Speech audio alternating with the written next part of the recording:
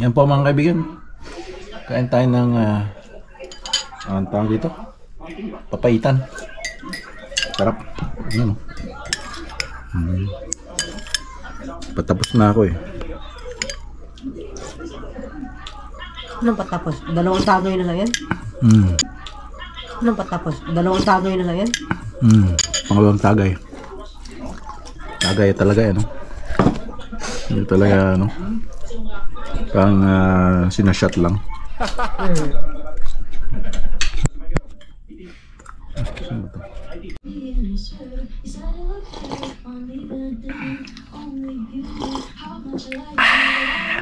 May mga picture ka niya, ano kagabi? Ni Roy sa Santa? Ayan, no? Sa background ko, mga halaman ni Esme, oh. Right, this is a shot from GoPro.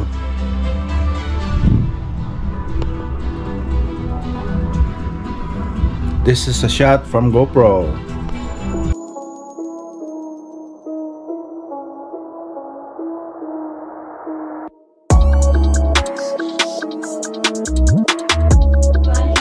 Ngayon po mga kabayan, no? Ka-vlogs, sinuot ko. Hollister pa naman to. Tapos pag-upo ko eh bigla na lang nasira. Kala ko naman magandang quality ng Hollister. Ayan, oh. Wak-wak. So, ano, hindi na may balik. Sa Vancouver ko ata nabili to.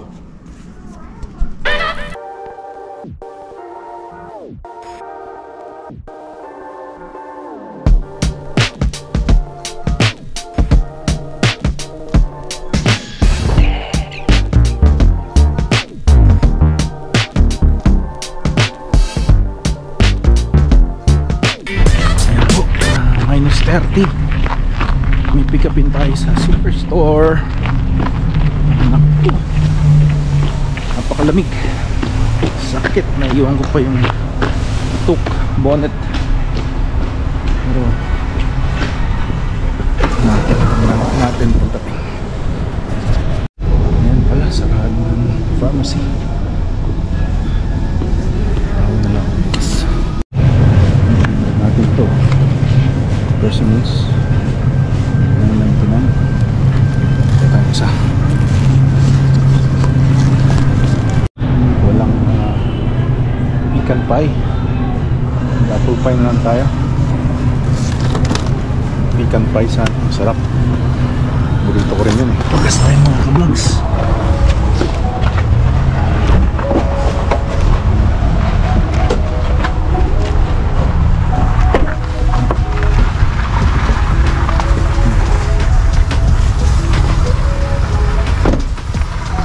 Pay before fueling.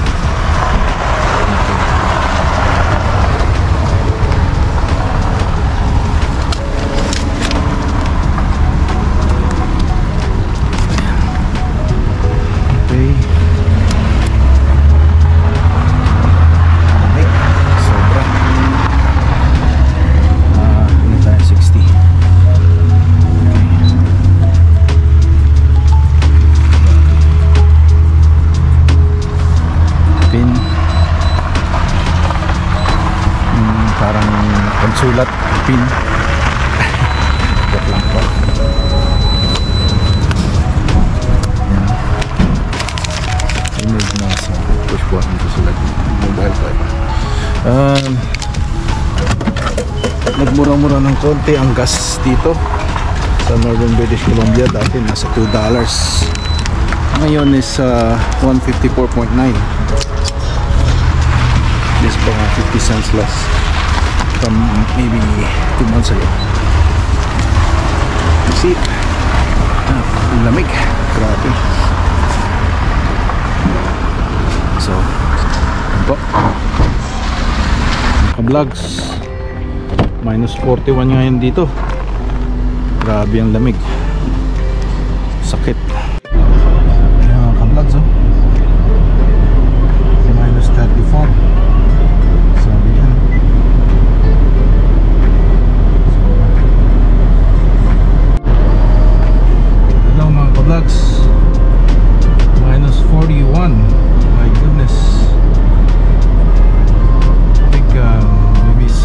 third time kong in this type of weather. Minus 35 lang or 30 yung mga past couple of years. Pero feels like minus 45. Right now it says minus 37 plus yung wind chill pa. Naku po. Kaya konti lang tao. May nakita ako dun na may flat tire. Naku, kawawa naman. Grabe.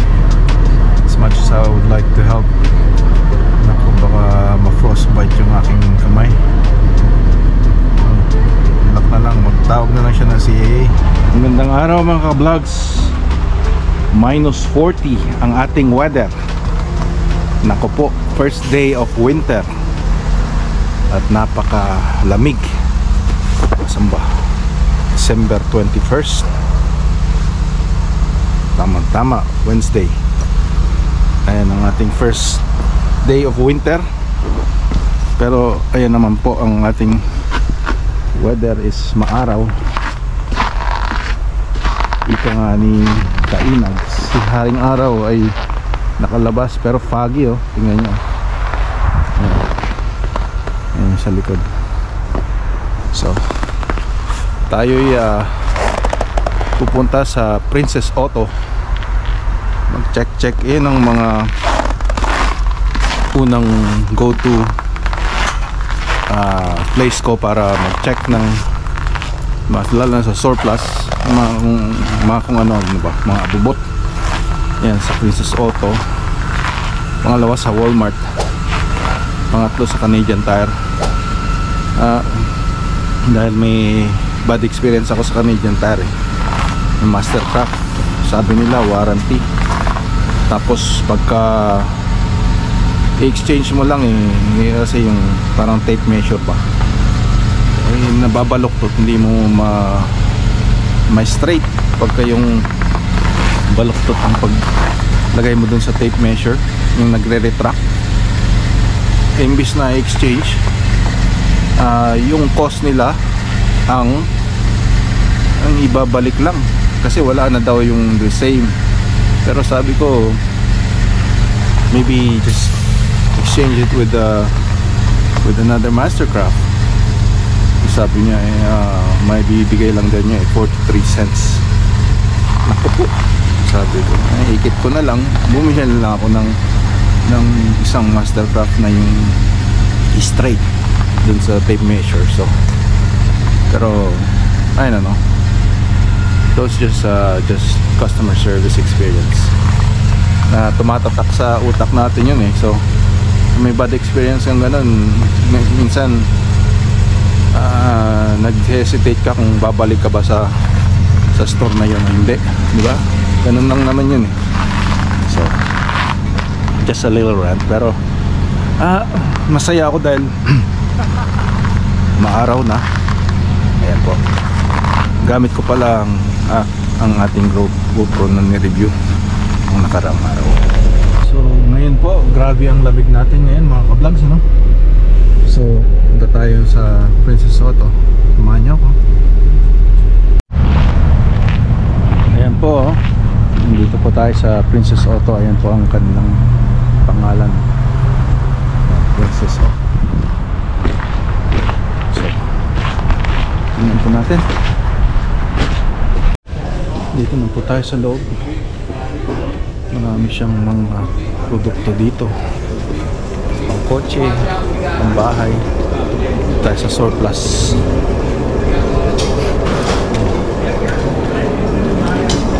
So tripod, hanapin natin yung octopus tripod na ito ata yun.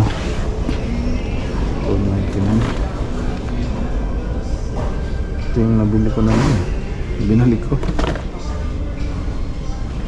Yeah, this is for a Jeep right here, so. Dahil plastic yung ano yun, plastic yung hindi masyado siya kumakapit. So yan po, no,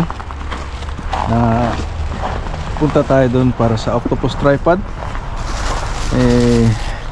Hindi nila makita, so ito na lang. para kay Roy on sale. Regular $12.99 at right now it's $3.91. So i-unbox ni Roy at nandito lang po. Sana ay na-enjoy nyo at huwag nyong pagsawaan ang ating mga vlogs. See you again. Ng lamig.